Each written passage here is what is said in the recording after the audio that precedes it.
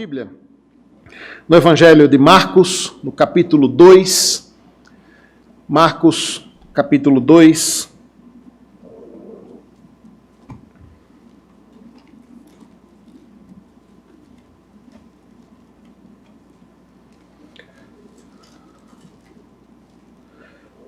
A partir do verso 1 até o verso 12, esse texto que, conforme deve dizer aí na sua Bíblia, narra a cura de um paralítico em Cafarnaum.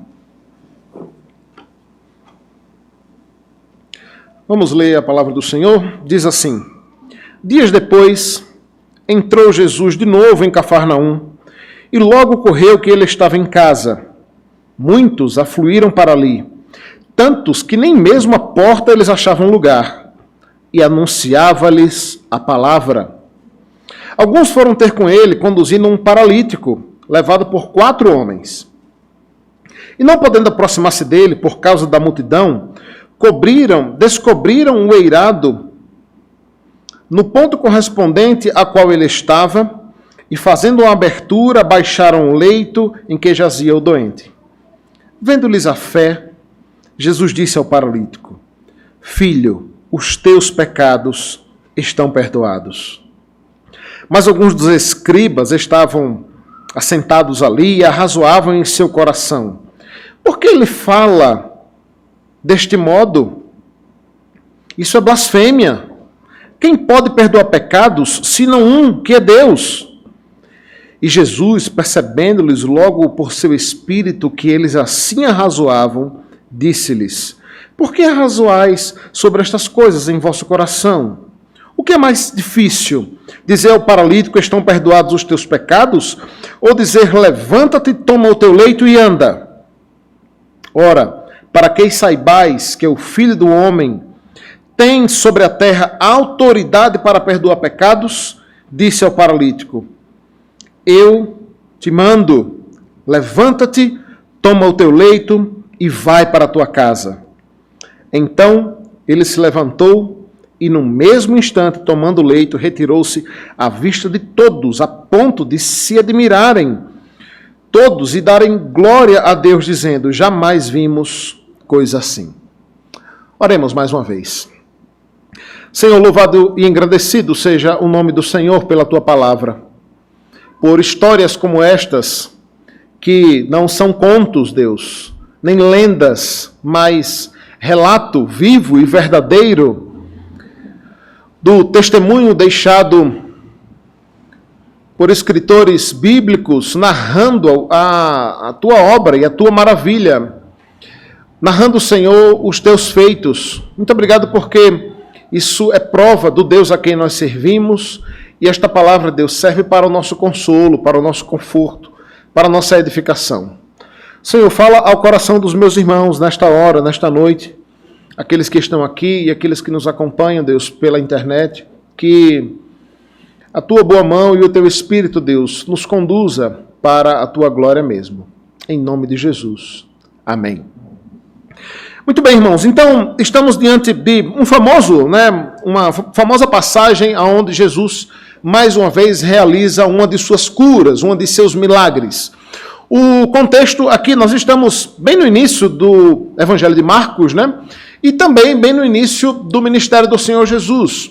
Aqui, há pouco tempo, ele já havia se revelado a João, ele é batizado, é levado ao deserto para ser tentado por Satanás, e está bem no início de seu ministério, fazendo o que ele veio para fazer: pregar a palavra, anunciar o Evangelho de Cristo, anunciar o seu Evangelho. E logo depois que ele começa a falar, a pregar e a realizar curas e milagres, as pessoas começam a seguir Jesus aos montes. O contexto aqui é Jesus voltando para Cafarnaum, vindo da Galileia. Jesus estava na Galileia. Se você olhar aí na sua Bíblia, talvez uma página antes, você vai ver no verso 39 do capítulo 1, que ele estava ali na Galileia pregando nas sinagogas e expelindo demônios. Inclusive, aqui no capítulo 1, que tem aquela passagem onde Jesus estava pregando e se levanta um endemoniado dizendo que aquele de fato era o Filho de Deus, E é a primeira vez, pelo menos narrado aqui no Evangelho de Marcos, em que Jesus realiza um milagre expulsando um demônio, né, que estava ali ouvindo o sermão, né? É até cômico isso, né?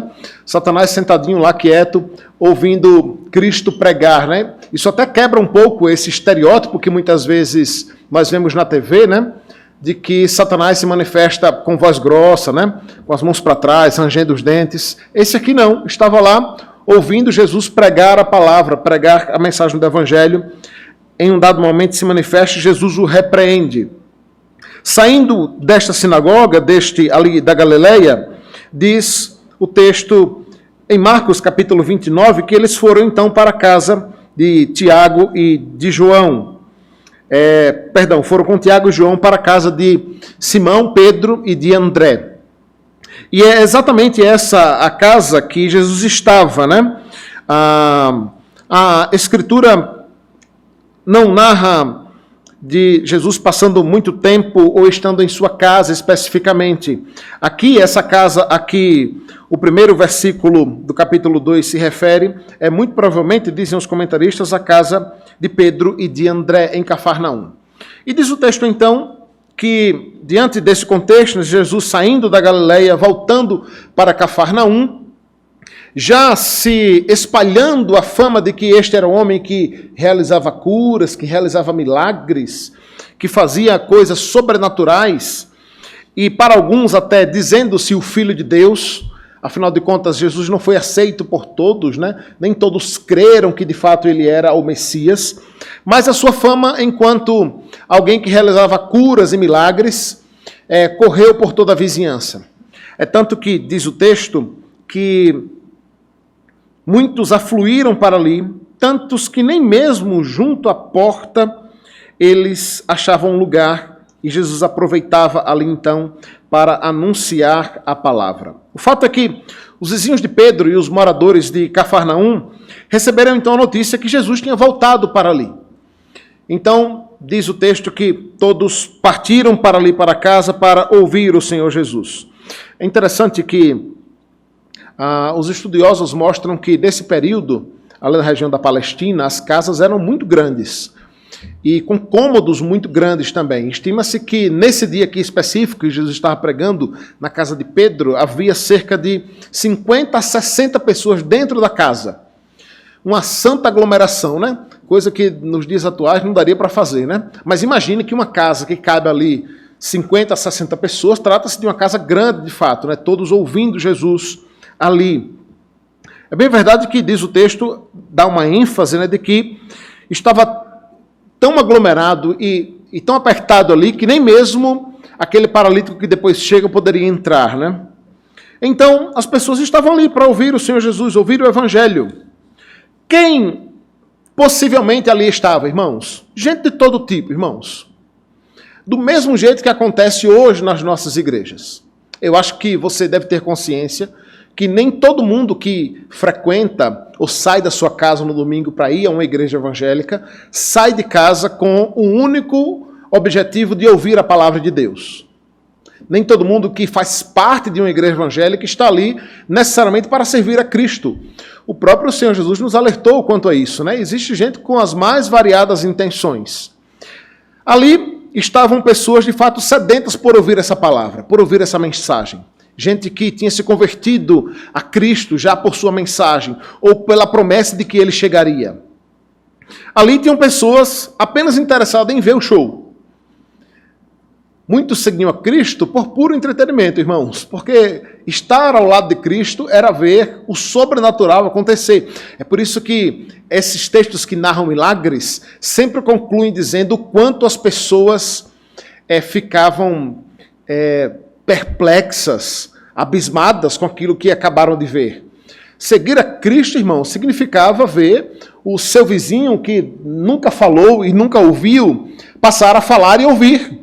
Significava ver multiplicação de pães e peixes, vê-lo andando sobre o mar. Jesus, de fato, realizou muitos milagres e muitos seguiam a Cristo por isso apenas.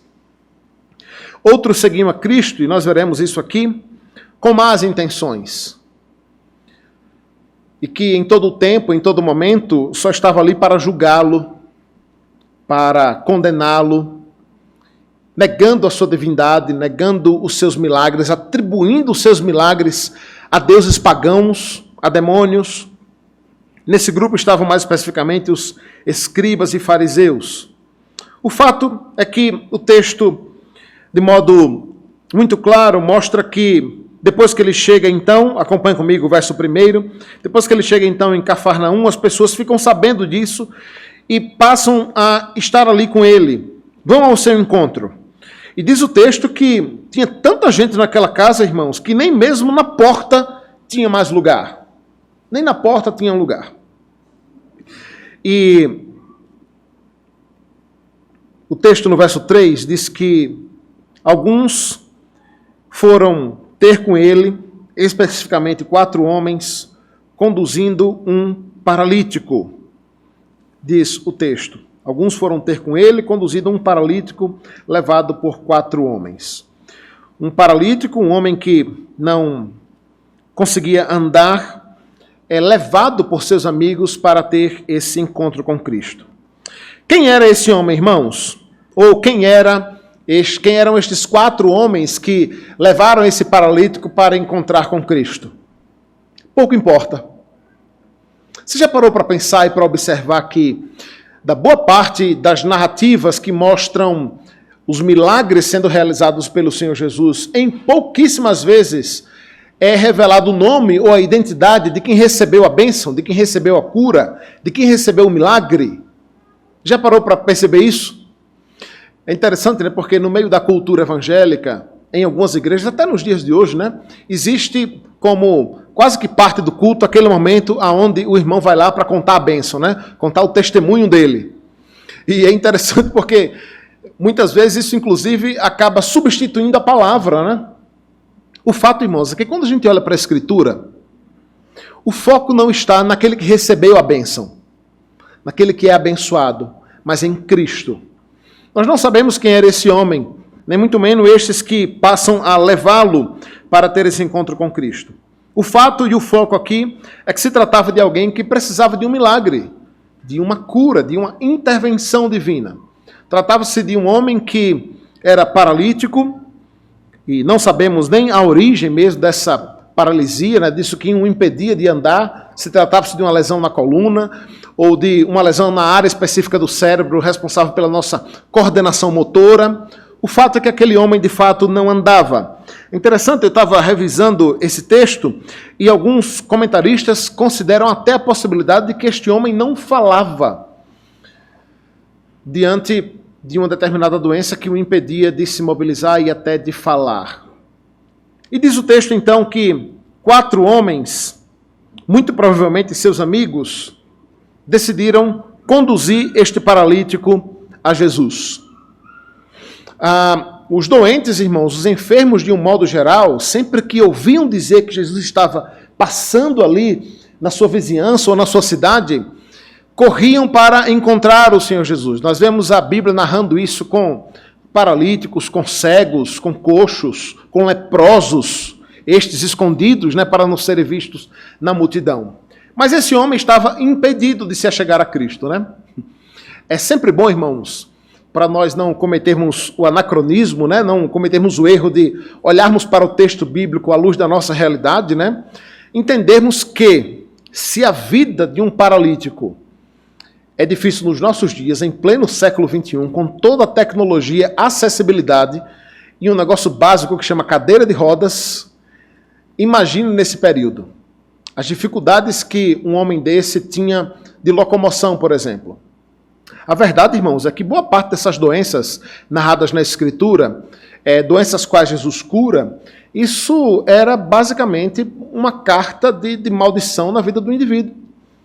O indivíduo com doenças básicas que hoje nós tratamos até num OBS, num posto de saúde, estavam fadados a muitas vezes serem separados de suas famílias, dependerem das famílias ou de esmolas para sobreviver, porque não tinham condições de desenvolver nenhuma atividade para ganhar o seu pão.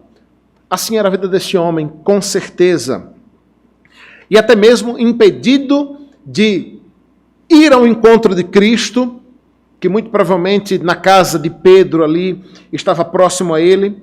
Ele tem 4 amigos que se disponibilizam a levá-lo para encontrar-se com Cristo, para ter esse encontro com Cristo. Mas chegando lá, lembre-se que a casa estava lotada. Lotada estava a casa. E esses homens tiveram a magnífica ideia de fazer um buraco no telhado e descer aquele homem. Diz o texto, acompanhe comigo, no verso 4, que não podendo, então, este homem com seus amigos aproximar-se de Cristo por causa da multidão, eles tiveram a ideia de descobrir o eirado no ponto correspondente em que ele estava e, fazendo uma abertura, baixaram o leito no qual jazia o doente. De forma inusitada, né, irmãos? Mas com muita fé, sabendo que valia a pena aquele esforço, estes homens, então, têm essa ideia de fazer um buraco no telhado e descer aquele homem. Primeiro eles tiveram que subir no telhado, né? E é interessante sempre nós tentarmos nos colocar no momento ali para imaginar essa cena, né, irmãos? Eles tinham que subir no telhado. Nem todas as casas tinham um acesso ao telhado. Os estudiosos dizem que casas de pessoas com uma condição financeira melhor tinham acesso a isso, e inclusive esse telhado era utilizado para a secagem de sementes, por exemplo, e se utilizava aquele local ali em cima da casa. Mas outras casas não tinham isso.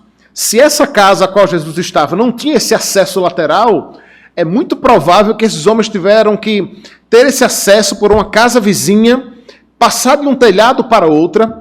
Chegando ali, né, no telhado da casa, mentalize eles lá em cima, carregando esse paralítico, muito provavelmente com um lençol, cada um segurando em uma das pontas, descobrir qual era o ponto em que estava Jesus, né? Eles poderiam fazer o cálculo errado e cair no banheiro, né? Cair na cozinha. Mas diz o texto que no ponto correspondente onde estava o Senhor Jesus, eles começaram a cavar ali. Mas também tenta imaginar essa cena, porque hoje, né, se não for uma casa de laje, nós temos aí apenas algumas telhas, né, que é só tirar e talvez até com uma certa facilidade você tenha acesso estando em cima do telhado, né? Nesse período, irmãos, o teto ou a cobertura, né, das casas era feita com uma série de materiais, madeira, palha e uma camada grossa de argila e feno misturado com barro também. Eu imagino Jesus pregando ali. Então, imagine você, reverendo, você está aqui pregando, de repente começa a cair um monte de material na sua cabeça, de pedaços de madeira, de palha, de feno e de barro. Era essa cena, né? Eu fico imaginando Jesus pregando e olhando para cima e as pessoas curiosas. Daqui a pouco abre-se um buraco no telhado e um homem começa a descer. Muito provavelmente soltando esse lençol ali aos poucos, aquele homem começa a descer. Essa é a cena, né? Tamanha era a fé daqueles homens de que aquele paralítico de fato precisava ter o encontro com o Senhor Jesus. Oh, irmãos, num tempo onde nós somos influenciados por tantas pessoas, né? E por tantas coisas, a gente acha que não, né? Mas nós não somos influenciados apenas por aquelas pessoas que andam conosco, né? Ou que convivem conosco. Nós vivemos numa era, né? Ou num tempo onde existe justamente o influenciador digital, né? Nas mais variadas áreas, né? Pessoas a quem nós seguimos, ouvimos, escutamos, copiamos. E eu fico pensando o quanto nós, de modo intencional, nos aproximamos de pessoas que podem nos conduzir a Cristo. Nos aproximamos de pessoas que podem nos conduzir ao Senhor. Graças a Deus esse homem tinha boas companhias, tinha boas amizades, gente que estava disposta até a fazer um esforço maior e inusitado para levá-lo a Cristo. Estes homens, então, diante desse esforço, abriram aquele buraco e começaram a descer aquele homem. A essa altura do campeonato, diz o verso 5, acompanhe comigo na sua Bíblia, que Jesus já tinha visto, já tinha percebido essa cena. E vendo-lhes a fé, Jesus diz ao paralítico: Filho, os teus pecados estão perdoados. Filho, os teus pecados estão perdoados. Irmãos, é interessante, né? Porque aquele homem estava ali com o objetivo de ser curado. De ser curado, mais especificamente, de sua paralisia. Ele estava ali para conseguir sair dali andando. O texto, inclusive, não narra e não diz que nem esse homem, nem os seus amigos proferiram palavra alguma para o Senhor Jesus. Mas Cristo é aquele que sonda os nossos corações. O Senhor Jesus é aquele que, mesmo quando nós não falamos, Ele conhece as nossas necessidades. Isso não é pretexto para não orarmos, mas isso nos lembra de que mesmo quando não oramos, mesmo quando não falamos, mesmo quando não proferimos aquilo que nós precisamos, que necessitamos, que nos traz angústia, dor, sofrimento, Ele conhece as nossas necessidades. Ele sabe exatamente do que nós precisamos, mais do que nós mesmos. Perceba que as primeiras palavras que aquele homem ouve do Senhor Jesus não é levanta-te e anda. Não é você está curado. Diferente de como ele fez em outros momentos. Ele nem mesmo se dirige àquele homem para dizer o que é que ele estava ali, o que é que ele queria, como ele inclusive faz outras vezes. Irmãos, esse versículo 5, diante desta cena, deste homem paralítico descendo, indo ao encontro com Jesus, e Jesus em primeiro lugar dizendo, filho, os teus pecados estão perdoados, nos lembra que o maior e mais importante milagre que pode acontecer na vida de um homem é ter os seus pecados perdoados por Cristo.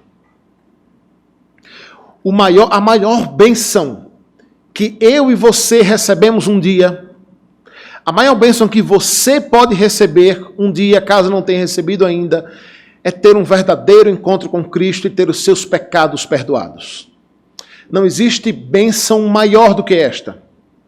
E isso deveria ser o motivo da nossa alegria constante, do nosso contentamento diário. O que nós mais precisamos, irmãos, é ter os nossos pecados perdoados por Cristo. É exatamente isso que ele faz com aquele homem. O Senhor Jesus conhece as nossas necessidades, as necessidades do nosso coração, e ele começa tratando com aquele homem da sua maior necessidade, que é ter os seus pecados perdoados, que é ter o selo do perdão de Cristo. Lembra que eu disse que, juntamente com as ovelhas, o rebanho, o trigo que estava ali ouvindo a palavra de Deus, sendo abençoado, sendo edificado por ele, também estavam aqueles que estavam ali para criticá-lo, para condená-lo. Veja comigo o que diz o verso 6 e 7.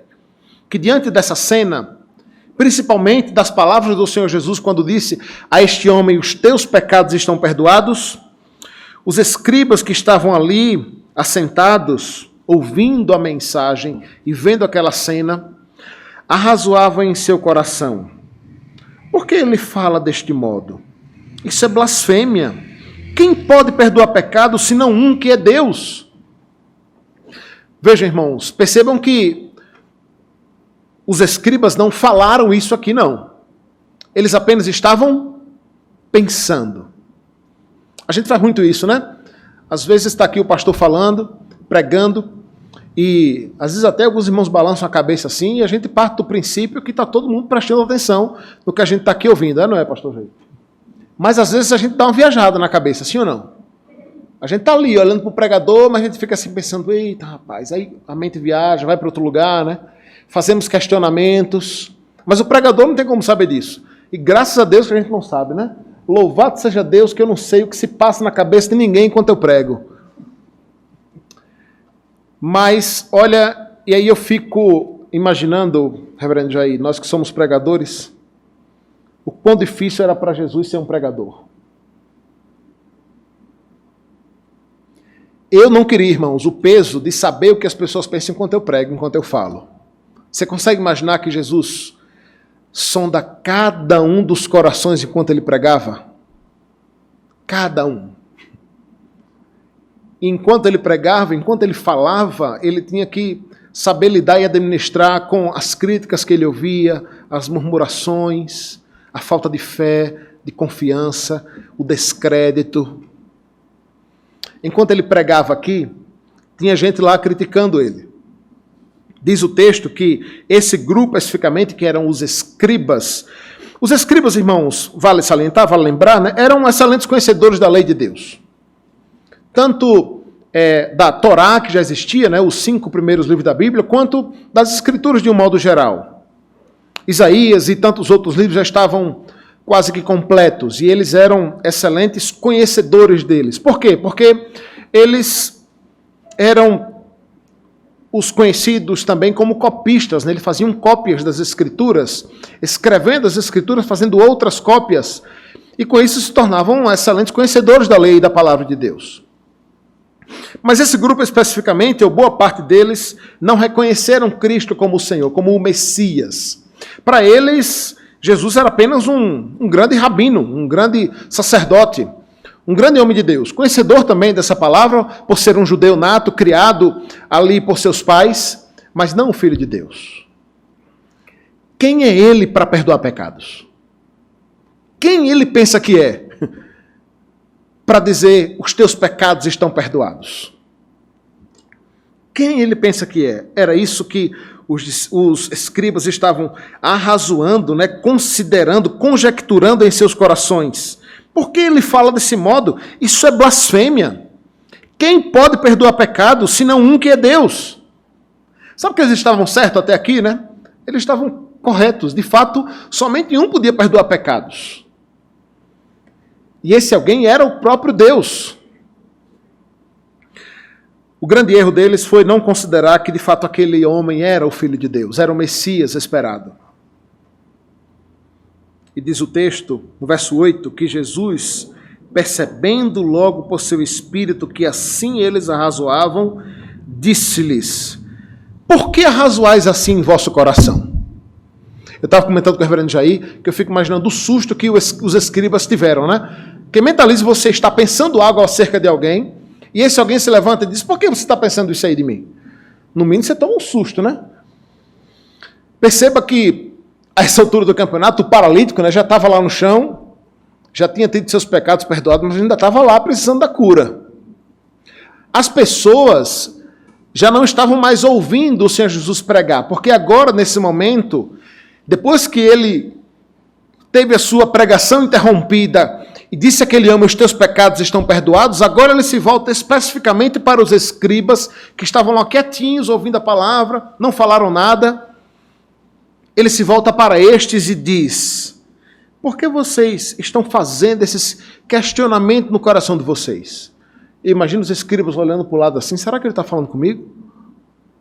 E é interessante, né? Porque apesar do texto aí, né, narrar que o milagre contido aí do verso 1 até o verso...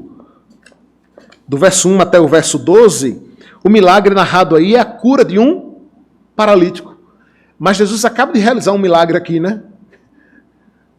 Jesus acaba de realizar um milagre aqui. E perceba a dureza do coração dos escribas, porque aqui já era uma excelente manifestação do poder de Deus. Afinal de contas, a onisciência é algo que Deus não compartilhou com ninguém. Somente Deus tem a capacidade de saber exatamente o que cada um de nós estamos pensando nesse momento. Somente Deus tem essa capacidade.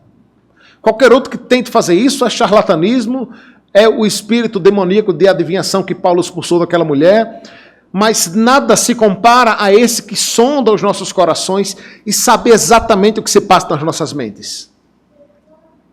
Eu imagino o susto daqueles homens ao verem Jesus repetindo o que eles estavam pensando. Por que vocês estão questionando em seus corações dessa forma? O que é mais fácil? Dizer ao paralítico: os teus pecados estão perdoados, ou dizer: levanta, toma o teu leito e anda? Aí é que os escribas devem ter visto: misericórdia, e ele está falando comigo. Eles estão falando comigo. Mas o texto não mostra, né, manifestação alguma dos escribas. O Senhor Jesus, irmãos, tinha um excelente poder de argumentação, né? Não só porque ele é de fato o Filho de Deus, mas pelo conhecimento que ele tinha das Escrituras e também do coração do homem. É muito comum debates velados, né, como estes, porque mentalize que se eu e você estivéssemos lá no meio dessa multidão na casa de Pedro ouvindo Jesus pregar, a gente estaria sem entender nada nesse momento, né? Sim ou não? Estaríamos sem entender nada. Porque aquele debate tratava-se de um debate no coração dos escribas e no conhecimento de Cristo acerca do que estava acontecendo. Cristo, então, faz essa pergunta retórica, né? Ele fazia muito isso em meio aos seus debates, em meio aos seus questionamentos, em meio à resposta que ele dava diante de pessoas que o questionavam, de responder com uma pergunta, né? Ele se volta para aqueles homens que calados estavam questionando apenas em seu coração e pergunta para eles: o que é mais fácil? O que é mais fácil? Dizer os teus pecados estão perdoados ou dizer levanta, toma o teu leito e anda? Ora, irmãos, na tradição do cristianismo nós temos homens que acham que podem se voltar para outros e dizer os teus pecados estão perdoados. De fato, Cristo estava certo. Isso aí qualquer um diz. Os teus pecados estão perdoados? Qualquer um pode dizer.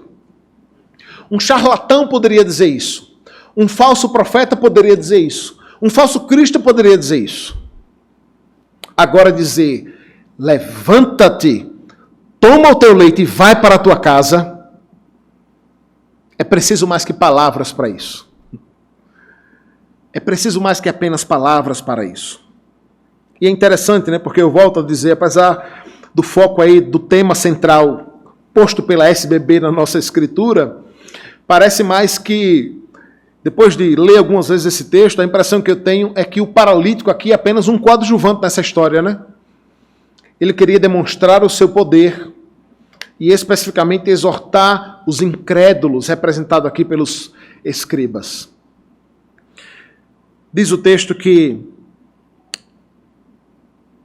vendo a fé desse paralítico, em primeiro lugar ele se volta para o paralítico e diz: filho, os teus pecados estão perdoados. A verdade, irmãos, é que aquele paralítico já podia ir embora para casa. Você compreende isso? Ele já podia ir embora para casa. Porque a maior bênção que ele tinha para receber, ele já tinha recebido. No máximo ele ia morrer paralítico, mas no céu e receber um corpo novo, glorificado, com pernas e coluna e mente, com tudo funcionando, né? De modo perfeito. Ele já tinha recebido a maior bênção que ele poderia receber. Mas diz o texto, caminhando para o fim dessa narração, que Jesus então, ainda voltado para os escribas, diz a eles, perceba que aqui o verso 10 é ainda Jesus falando com os escribas que ali estavam. Ora, para que vocês saibam, para que saibais que é o Filho do Homem, ou seja, Ele mesmo, tem sobre a terra autoridade para perdoar pecados, disse ao paralítico, e aí sim ele se volta para o paralítico e diz: levanta-te, toma o teu leito e vai para a tua casa. Levanta-te, toma o teu leito e vai para a tua casa. Deixa eu dizer uma coisa a você.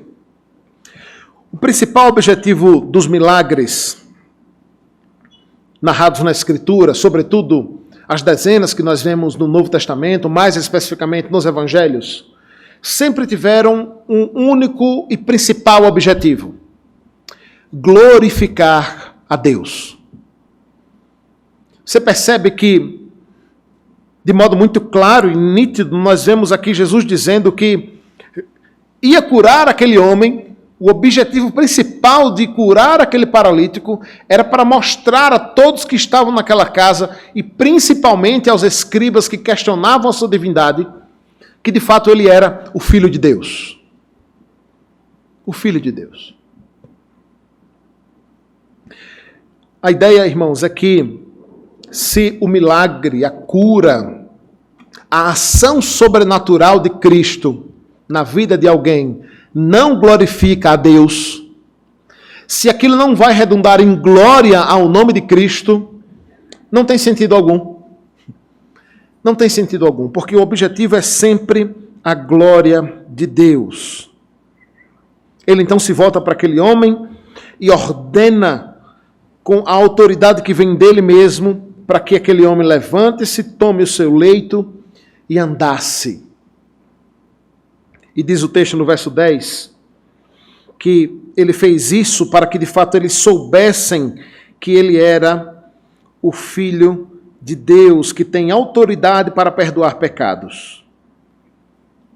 Então, diz o verso 12, ele se levantou no mesmo instante, tomou o seu leito e retirou-se à vista de todos, a ponto de que as pessoas ficaram admiradas e passaram a fazer o quê? Dar glória a Deus, dizendo, jamais vimos coisa assim. Você consegue perceber a profundidade desse milagre que Jesus acaba de realizar na vida desse homem? É muito provável, irmãos, que esse homem nasceu com essa doença, com essa enfermidade. Talvez ele nunca tivesse andado.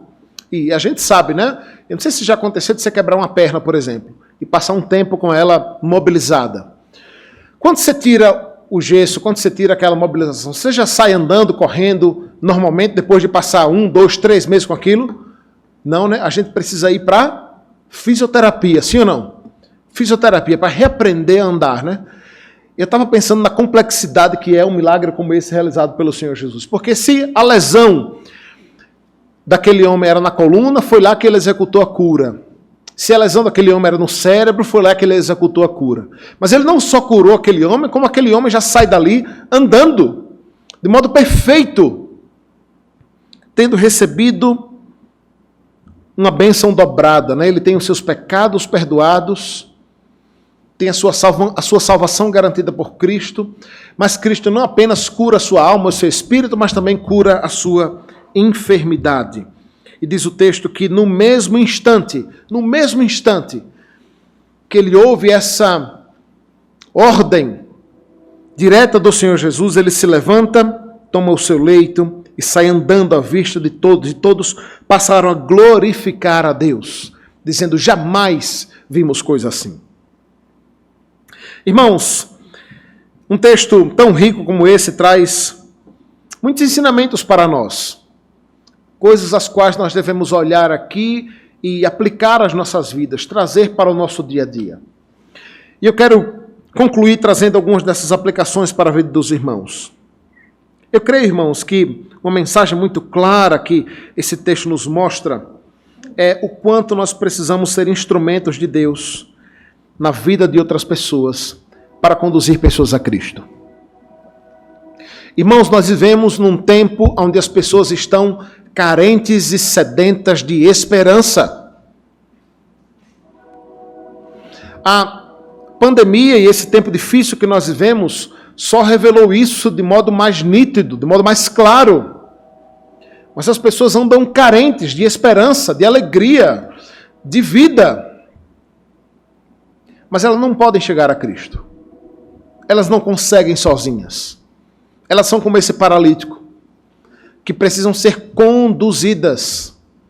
E isso não acontece de outra forma, senão por meio da evangelização, da pregação do Evangelho, da condução desta pessoa para Cristo. E nós, irmãos, fomos chamados, assim como aqueles homens, para carregar essas pessoas e levá-las a Cristo, como instrumento nas mãos de Deus. Afinal de contas, o milagre o qual elas precisam receber não está em nós, né, mas está no Senhor Jesus. Que sejamos instrumentos, irmãos, assim como os amigos deste homem que o conduziram a Cristo, que sejamos instrumentos de Deus para conduzir pessoas a Cristo, para conduzir pessoas para